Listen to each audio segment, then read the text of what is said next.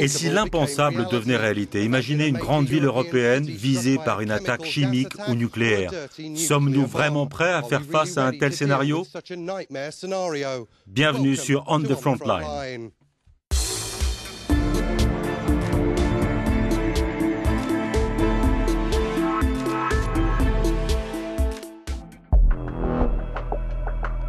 Entre les attaques terroristes et les catastrophes naturelles ou d'origine humaine, l'histoire montre comme il est difficile de prévoir ou d'empêcher les désastres.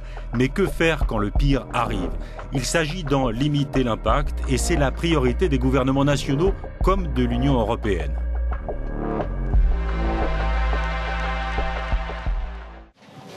C'est l'objectif de cet exercice grandeur nature récemment organisé en Belgique. Des équipes d'urgence venues de toute l'Europe y ont pris part. Pour faire face à la complexité et à la nature transfrontalière des menaces, on considère qu'il est vital de renforcer la solidarité et la coopération entre les pays. Chaque pays a des tentes, on peut les accrocher les unes aux autres et il faut surtout des médecins, des infirmiers, du matériel. Des tentes, on en a, mais après c'est le personnel médical pour traiter les victimes qu'il faut trouver en grand nombre.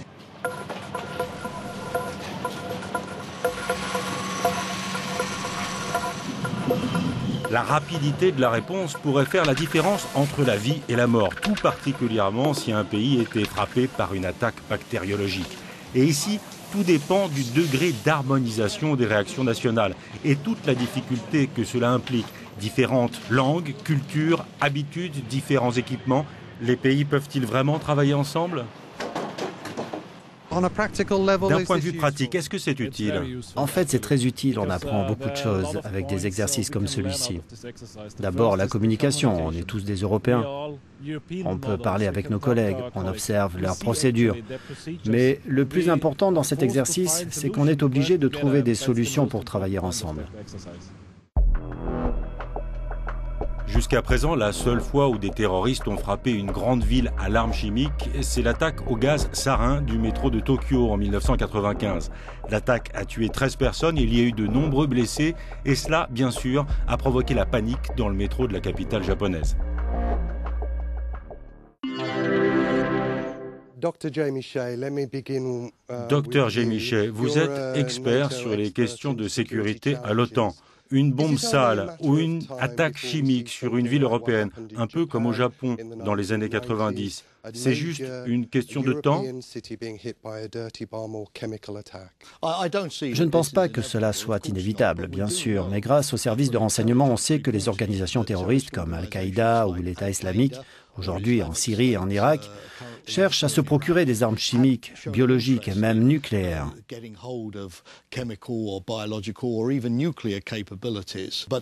Mais cela ne veut pas dire qu'ils le pourront. Et puis, dans le domaine du terrorisme, ils parviennent à capter l'attention en tuant un soldat avec un simple couteau, comme on l'a vu à Londres récemment.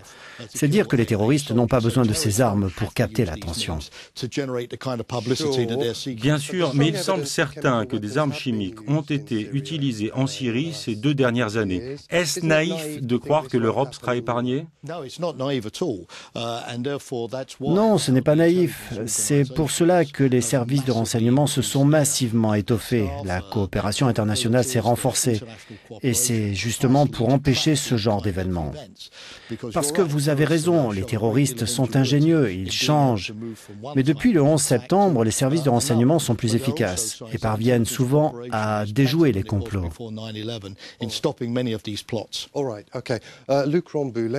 Luc Rombaud, vous êtes un expert en gestion de crise. L'Europe est-elle prête à faire face à une attaque majeure comme le 11 septembre ou à une catastrophe comme Fukushima? Je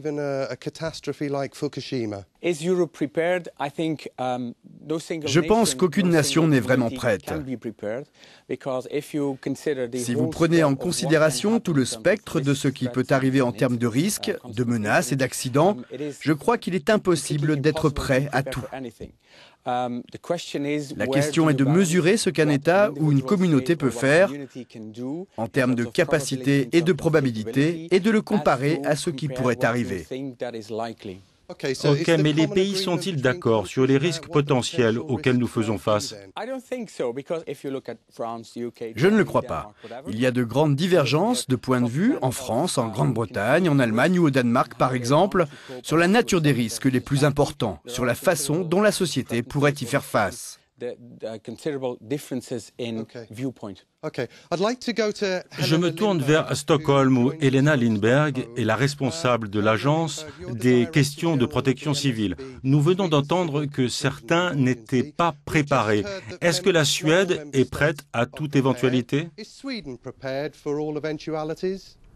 On investit beaucoup dans la prévention et l'équipement pour réagir au mieux à une attaque majeure, par exemple une bombe, une attaque chimique, biologique ou nucléaire. En cas d'attaque transfrontalière impliquant plusieurs pays, qui serait à la tête des opérations? Il faut vraiment comprendre que rien ni personne ne peut prendre seul la direction des opérations. Ce dont nous aurions besoin, c'est de coordination et de coopération. Et il existe des mécanismes d'entraide d'État à État. Je pense notamment aux mécanismes de protection civile, s'il s'agit de faire face à un événement majeur. Et bien sûr, plus l'événement est important et affecte plusieurs États, plus la coordination est complexe. Cette réponse supranationale face à un événement majeur, n'est-ce pas très complexe à mettre en place?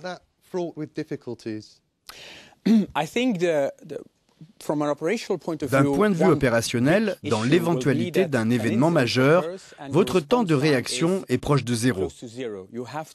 Il faut réagir immédiatement. Les initiatives et les exercices de la Commission européenne et de l'Union européenne vont dans le bon sens, mais on est encore loin de la réaction idéale dans l'heure ou dans la journée. S'il se passe quelque chose, difficile de réagir de manière globale, sachant que la réponse internationale arrivera trop tard. Docteur Shea, à quel moment l'OTAN intervient?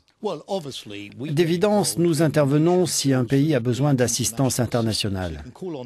Un pays peut faire appel à l'OTAN en s'adressant par exemple au Centre euro-atlantique de coordination des réactions. C'est l'équivalent du Centre européen et il est capable de fournir une réponse rapide. Imaginons un État incapable de faire face à une cyberattaque de grande ampleur.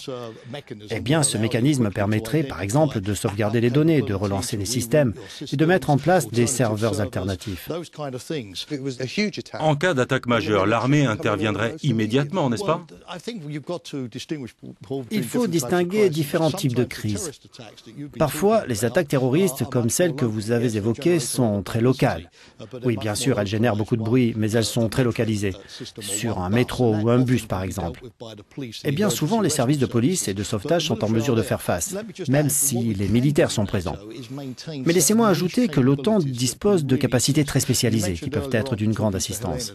Nous avons notamment en République tchèque un centre qui, en cas d'attaque chimique ou biologique, est capable d'analyser la substance utilisée et donc d'identifier rapidement la réponse à mettre en place. Si l'OTAN dispose de capacités supérieures à celles des Européens, ne devrait-elle pas prendre automatiquement la tête des opérations? Non, pas du tout. C'est aux deux organisations de proposer aux pays touchés les moyens dont elles disposent. Et c'est bien mieux comme ça. Deux bras valent mieux qu'un. Luc Rambaud, j'ai du mal à comprendre. Qui prendrait la tête de ce genre d'opération? Eh bien, comme cela a été dit, cela dépend bien sûr des circonstances. Et il y a aussi des différences de point de vue au niveau international, comme à l'intérieur de l'Union européenne, sur l'utilisation des militaires.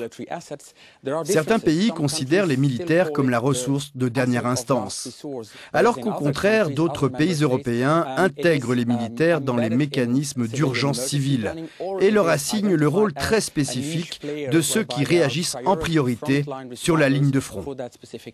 Helena Lindberg, n'y a-t-il pas un risque de chaos? Vous parlez de coordination, mais il semble que cela pourrait être assez chaotique. Si vous êtes entraîné et que chacun connaît sa place, son rôle et sa responsabilité, il n'y a pas de raison que cela soit chaotique. À l'inverse, ce serait chaotique si une seule organisation était responsable de tout. Nous avons besoin au contraire d'un effort multiple. Il faut d'abord évaluer la situation globale, où sont les problèmes et quels mécanismes mettre en place, pour ensuite rapidement porter assistance au pays qui en a besoin.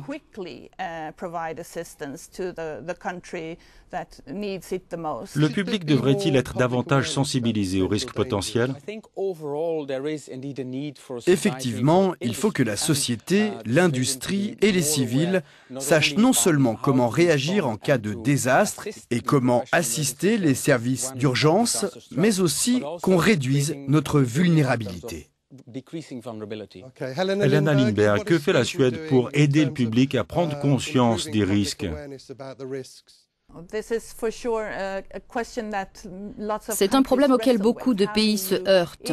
Comment renforcer la prise de conscience du public sans faire peur à personne?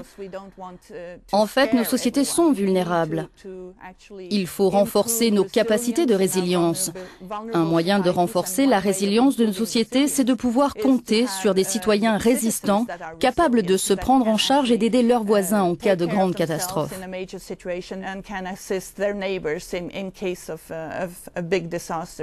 Pour finir avec vous, Dr. Scher, il reste des progrès à faire en termes de prise de conscience du public, n'est-ce pas?